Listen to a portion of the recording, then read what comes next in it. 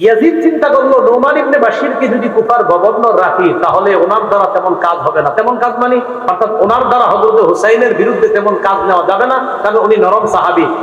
Yazid কি করলো, বসরার governor Ubaidullah ইবনে জিয়াদকে কুফার গভর্নর বানায়া দিল, মানে দুই এলাকার গভর্নর একজনে বানায়া দিল। উবাইদুল্লাহ ইবনে জিয়াদ একটু শক্ত টাইপের মানুষ ছিল, স্বৈরচারী আচরণ তার মাঝে আগে থেকে ছিল উবাইদুল্লাহ ইবনে জিয়াদ। মক্কায় যাওয়ার পর আব্দুল্লাহ ইবনে ওমর রাদিয়াল্লাহু তাআলা আনহু বড় বড় সাহাবী যারা, তারা বাধা দেওয়ার পর তিনি মক্কায় গেলেন। ইতিমধ্যে আব্দুল্লাহ ইবনে আব্বাস, আব্দুল্লাহ ইবনে ওমর, আব্দুল্লাহ ইবনে জুবায়ের তারা ইয়াজিদের খেলাফতকে মেনে নিয়েছে। কথা বুঝছেন? আব্দুল্লাহ ইবনে আব্বাসও মেনে নিয়েছে, আব্দুল্লাহ ইবনে ওমরও মেনে নিয়েছে। তারা মেনে নিয়েছে কেন? তারা বললেন বিশাল বড় কোন রক্তক্ষয়ী যুদ্ধের আশঙ্কা থেকে হেফাজতের জন্য আমরা ইয়াজিদের খেলাফত মেনে নিলাম। এরা খেলাফত মেনে নেওয়ার পর হুসাইন রাদিয়াল্লাহু তাআলা আনহু যখন মক্কায় গেলেন, মক্কায় আরো চিঠি আসতে থাকলো, প্রচুর চিঠি। চিঠিতে শুধু একই কথা, আপনি আসেন কুফায়। এক পর্যায়ে কুফার অবস্থা যাচাই করার জন্য হুসাইন তার চাচাতো ভাই মুসলিম ইবনে আকিলকে পাঠাইছে কুফায়। তুমি যাও কুফার অবস্থা যাচাই করে আমারে জানাইবা।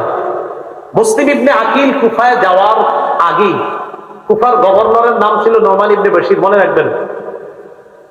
ইয়াজিদ চিন্তা করলো নোমান ইবনে বাশিরকে যদি কুফার গভর্নর রাখি তাহলে ওনার দ্বারা তেমন কাজ হবে না। তেমন কাজ মানে অর্থাৎ ওনার দ্বারা হযরত হুসাইনের বিরুদ্ধে তেমন কাজ নেওয়া যাবে না, কারণ উনি নরম সাহাবী।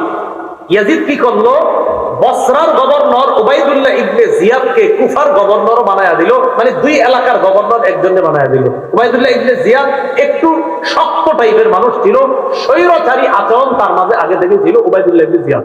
ইয়াজিদ চিন্তা করলো নোমান ইবনে বাশিরকে যদি কুফার গভর্নর রাখি তাহলে ওনার দ্বারা তেমন কাজ হবে না। তেমন কাজ মানে অর্থাৎ ওনার দ্বারা হযরত হুসাইনের বিরুদ্ধে তেমন কাজ নেওয়া যাবে না, কারণ উনি নরম সাহাবী। ইয়াজিদ কি করলো, বসরার গভর্নর উবাইদুল্লাহ ইবনে জিয়াদকে কুফার গভর্নর বানায়া দিল, মানে দুই এলাকার গভর্নর একজনে বানায়া দিল। উবাইদুল্লাহ ইবনে জিয়াদ একটু শক্ত টাইপের মানুষ ছিল, স্বৈরচারী আচরণ তার মাঝে আগে থেকে ছিল উবাইদুল্লাহ ইবনে জিয়াদ। মক্কায় যাওয়ার পর আব্দুল্লাহ ইবনে ওমর রাদিয়াল্লাহু তাআলা আনহু বড় বড় সাহাবী যারা, তারা বাধা দেওয়ার পর তিনি মক্কায় গেলেন। ইতিমধ্যে আব্দুল্লাহ ইবনে আব্বাস, আব্দুল্লাহ ইবনে ওমর, আব্দুল্লাহ ইবনে জুবায়ের তারা ইয়াজিদের খেলাফতকে মেনে নিয়েছে। কথা বুঝছেন? আব্দুল্লাহ ইবনে আব্বাসও মেনে নিয়েছে, আব্দুল্লাহ ইবনে ওমরও মেনে নিয়েছে। তারা মেনে নিয়েছে কেন? তারা বললেন বিশাল বড় কোন রক্তক্ষয়ী যুদ্ধের আশঙ্কা থেকে হেফাজতের জন্য আমরা ইয়াজিদের খেলাফত মেনে নিলাম। এরা খেলাফত মেনে নেওয়ার পর হুসাইন রাদিয়াল্লাহু তাআলা আনহু যখন মক্কায় গেলেন, মক্কায় আরো চিঠি আসতে থাকলো, প্রচুর চিঠি। চিঠিতে শুধু একই কথা, আপনি আসেন কুফায়। এক পর্যায়ে কুফার অবস্থা যাচাই করার জন্য হুসাইন তার চাচাতো ভাই মুসলিম ইবনে আকিলকে পাঠাইছে কুফায়।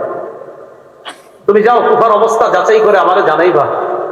মুসলিম ইবনে আকিল কুফায় যাওয়ার আগেই কুফার গভর্নরের নাম ছিল নোমান ইবনে বাশির, মনে রাখবেন। ইয়াজিদ চিন্তা করলো নোমান ইবনে বাশিরকে যদি কুফার গভর্নর রাখি তাহলে ওনার দ্বারা তেমন কাজ হবে না। তেমন কাজ মানে অর্থাৎ ওনার দ্বারা হযরত হুসাইনের বিরুদ্ধে তেমন কাজ নেওয়া যাবে না, কারণ উনি নরম সাহাবী। ইয়াজিদ কি করলো, বসরার গভর্নর উবাইদুল্লাহ ইবনে জিয়াদকে কুফার গভর্নর বানায়া দিল, মানে দুই এলাকার গভর্নর একজনে বানায়া দিল। উবাইদুল্লাহ ইবনে জিয়াদ একটু শক্ত টাইপের মানুষ ছিল, স্বৈরচারী আচরণ তার মাঝে আগে থেকে ছিল উবাইদুল্লাহ ইবনে জিয়াদ।